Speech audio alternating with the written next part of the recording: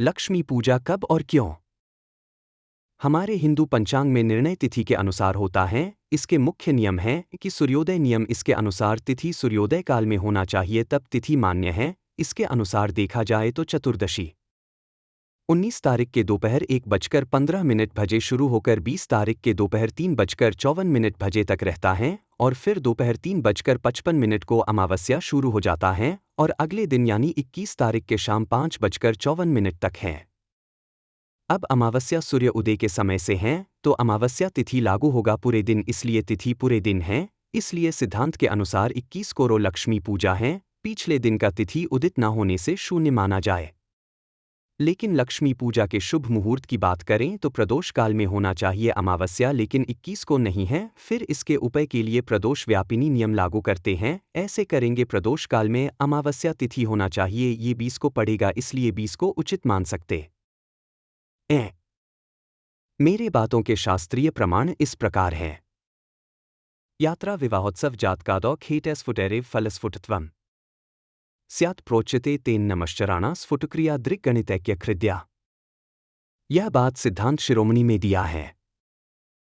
इसके अर्थ इस प्रकार हैं। यात्राओं, विवाहों, पर्वों, जन्म कुंडलियों आदि के लिए शुभ फल तभी प्राप्त होते हैं जब तिथियां आदि ग्रहों की सही लंबाई लॉन्जिट्यूड के आधार पर गणना की जाती है।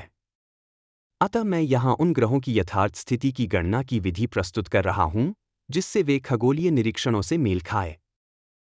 दृक्कर्णैक्य विहीना खेटा स्थूला न कर्मणा मरहा। अतः तदरताय तात्कालिक बीज विस्तरण वक्ष्य।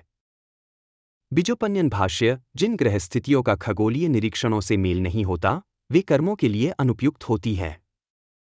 अतः उन्हें उपयुक्त बनाने हेतु मैं यहाँ सुधारों का विस्तारपूर्वक वर्णन कर रहा हूँ।